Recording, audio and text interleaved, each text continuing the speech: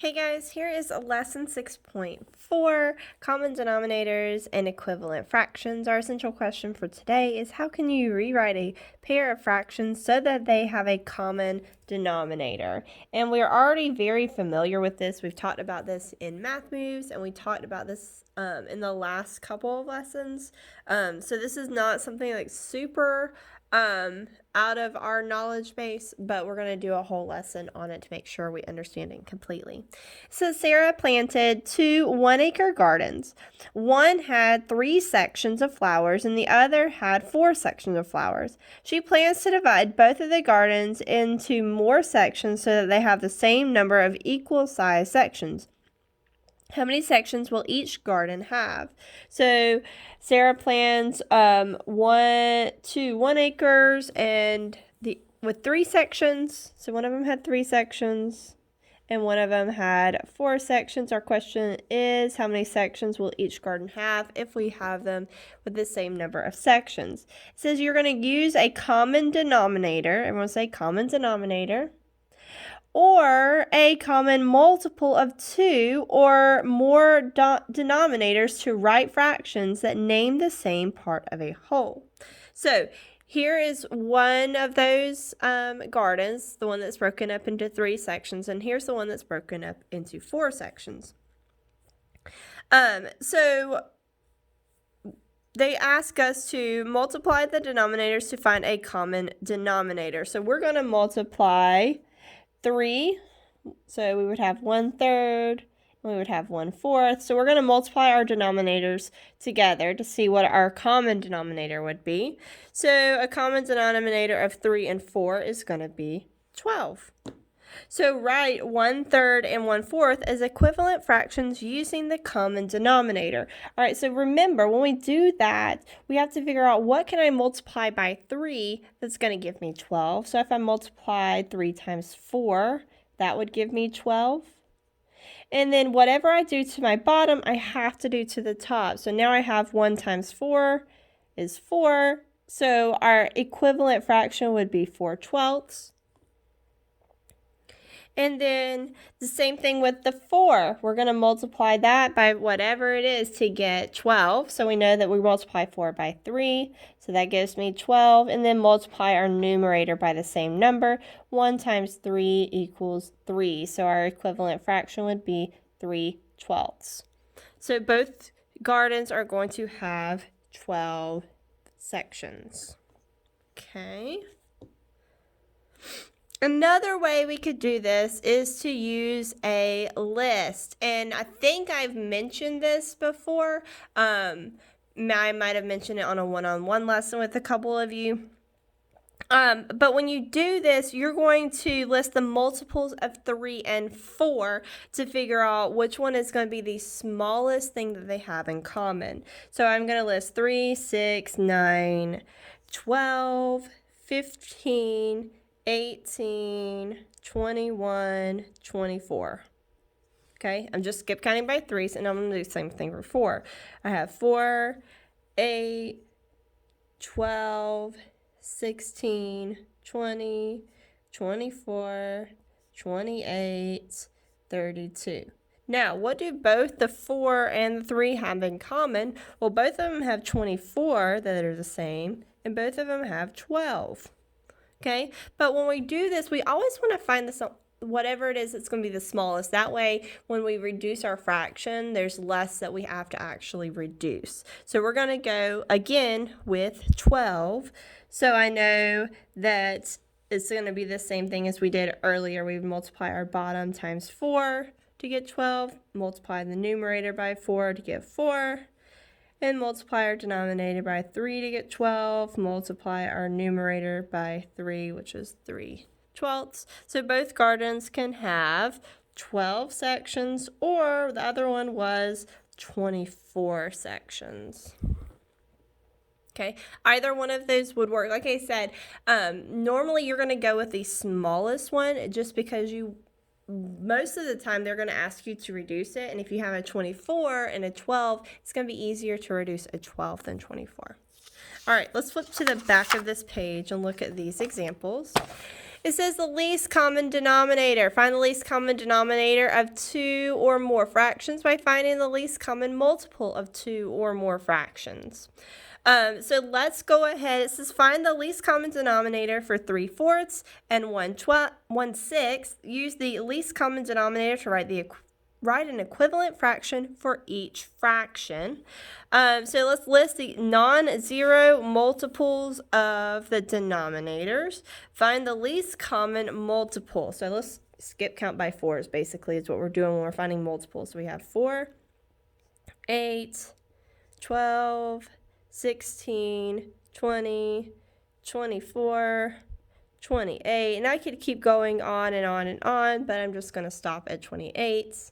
I would normally probably list about 5, just depending. If you find that common denominator within the first 5, that's great. If you don't, keep counting.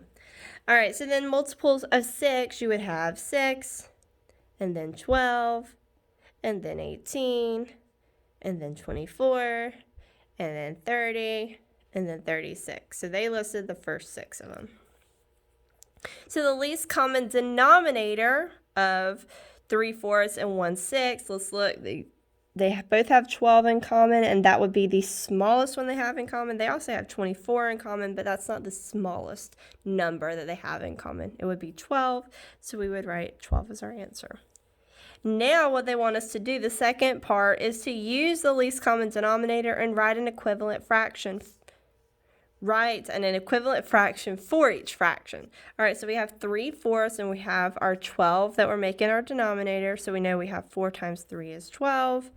And then multiply the numerator by the same number, 3 times 3, which gives me 9. So that would be our equivalent fraction.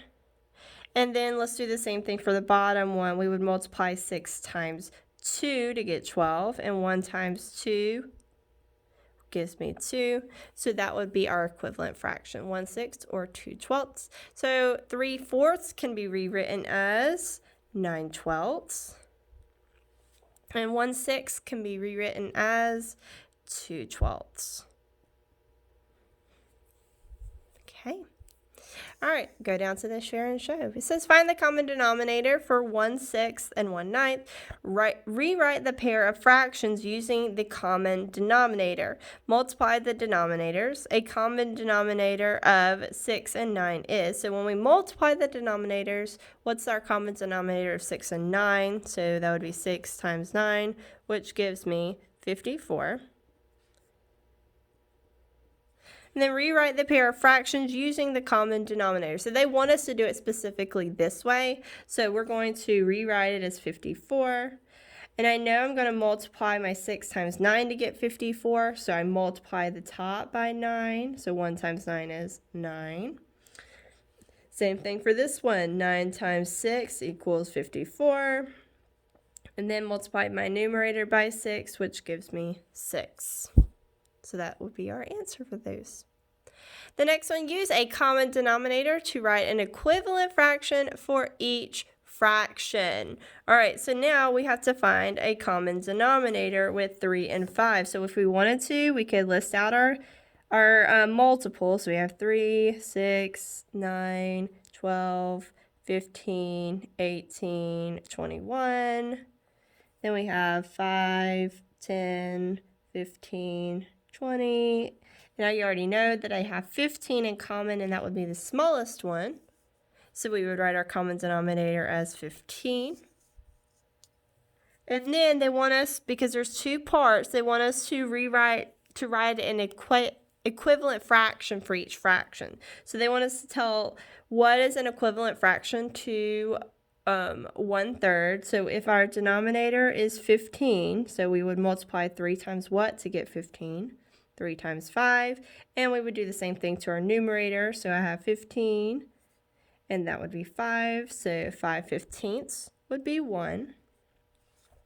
And then we had to figure out the other one. We multiplied 5 times 3 to get 15, so that's going to give me 15, and my numerator times 3 would give me 3, so this one would be 3/15. Okay, now feel like hopefully we've got that. maybe. All right, so let's do number 3 together, and then we'll do a couple on our own, on your own.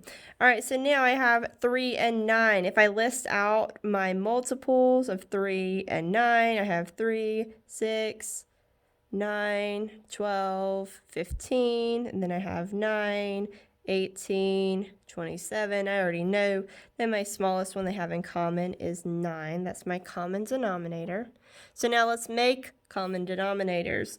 All right, so what am I going to multiply 3 by to get 9? 3 times 3 equals 9. And multiply my numerator by 3, which is 6. So I know I have 6/9. And because this already has a denominator of 9, we don't have to change anything. So that would already be 5/9. Voila. Yay. All right, last one. I promise I'm gonna let y'all, we're gonna do it together, and then I'm gonna let y'all do some on your own. This one's a little bit more difficult.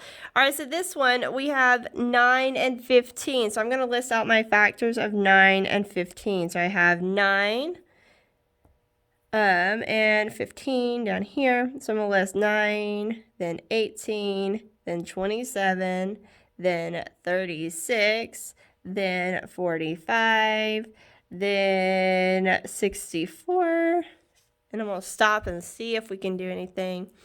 So now I have 15, 30, 45. Oh, I have one in common. I have my 45 in common.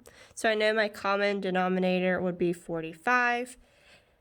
Now I have to actually figure out what the equivalent fraction is. So I know what times 9 is going to give me 45. I know that 5 times 9 equals 45. So multiply my numerator by 5.